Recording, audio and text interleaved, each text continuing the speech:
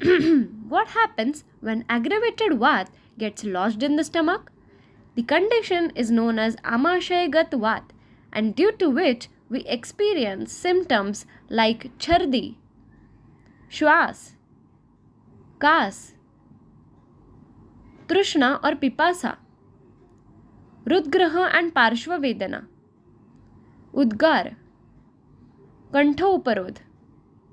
ऊर्ध्वनाभिगत व्याधि